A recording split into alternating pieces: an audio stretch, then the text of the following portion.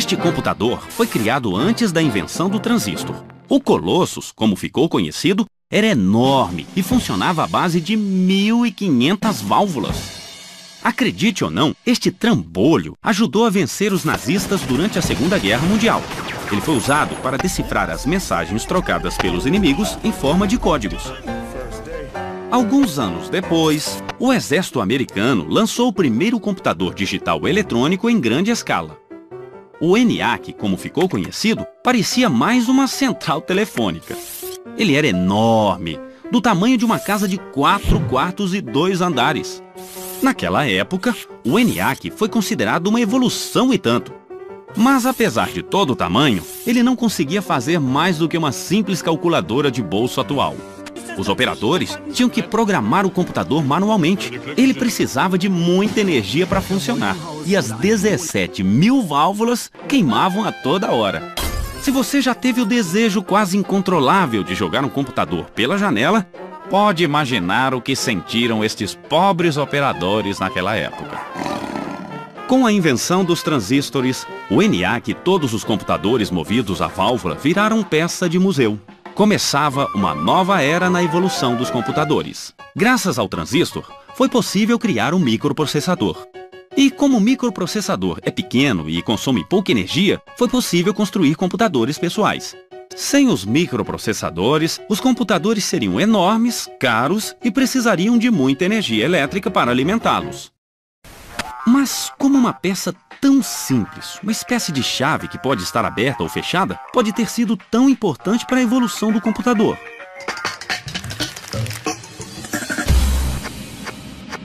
É aí que entra a matemática, a linguagem que os discípulos de Pitágoras chamavam de linguagem de Deus. Porque o bom e poderoso computador, na verdade, só sabe fazer uma coisa: calcular.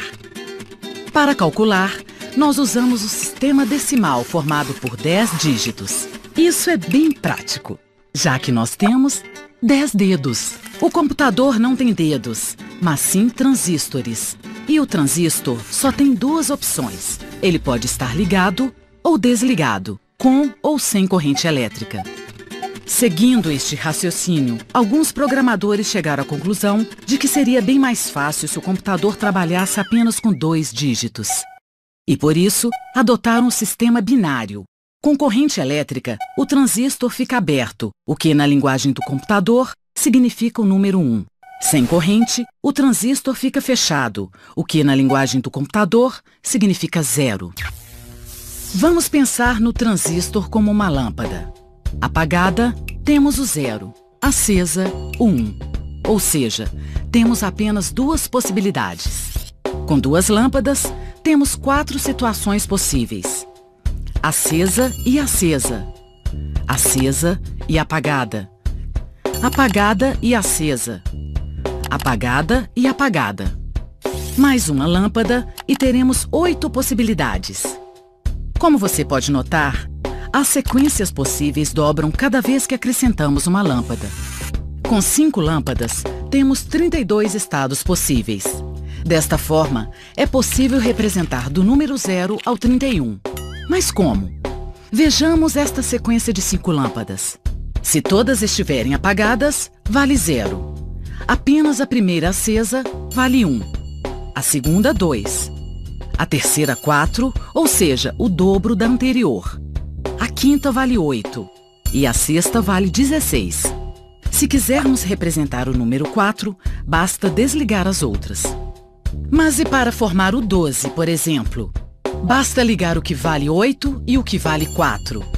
8 mais 4 igual a 12.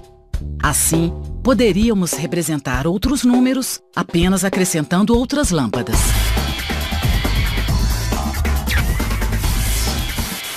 O sistema binário não é nenhuma novidade.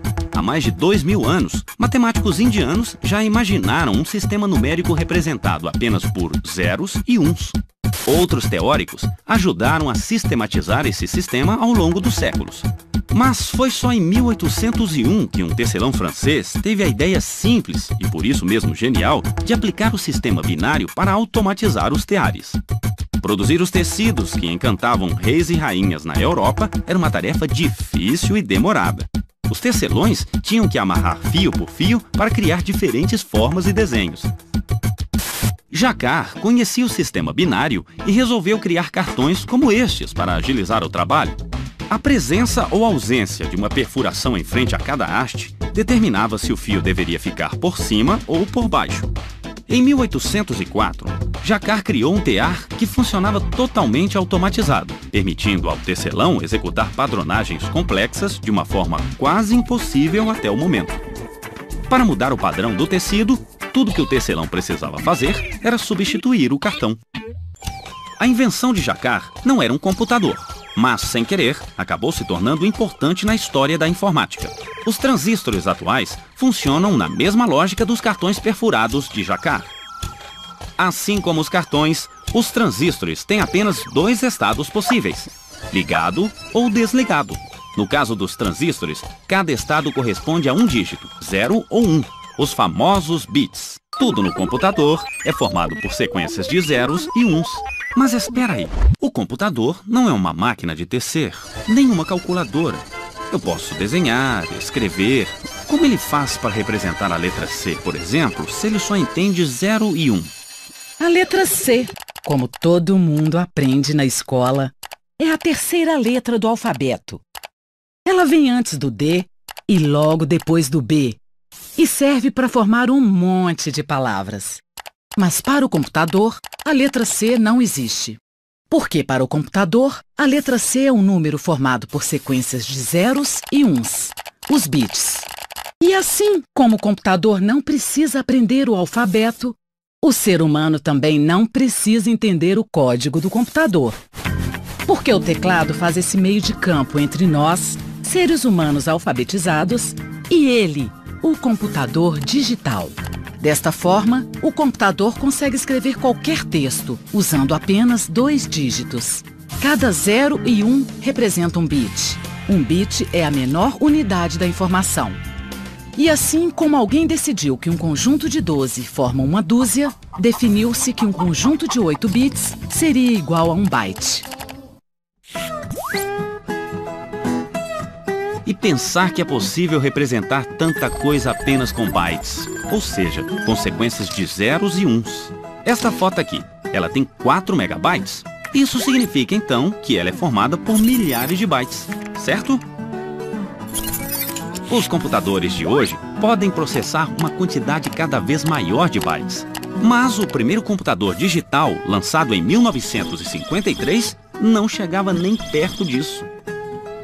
Se a gente pudesse voltar no tempo e falasse para esse pessoal aí que um dia eles iam poder ter um computador em casa ou no trabalho para fazer um monte de coisa diferente, eles provavelmente iam achar que era uma pegadinha.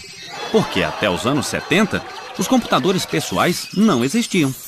Os computadores ainda eram grandes e caros, ficavam guardados em salas especiais e poucas pessoas sabiam o que fazer com eles. Eram os mainframes, que não tinham nada a ver com nossos computadores atuais. Até que começaram a aparecer os primeiros computadores pessoais. Surgia aí uma nova geração de computadores. Tá certo que no começo eles pareciam mais um painel de avião, talvez. Estes aí não tinham nem monitor e se comunicavam com as pessoas através de luzes. Com o tempo, os computadores evoluíram. Ficaram mais práticos, mais ágeis, menores, diminuíram tanto que hoje cabem no bolso. Mas esta história ainda não acabou. Está em plena evolução e a próxima geração, bem, isso a gente vai ter que esperar para ver.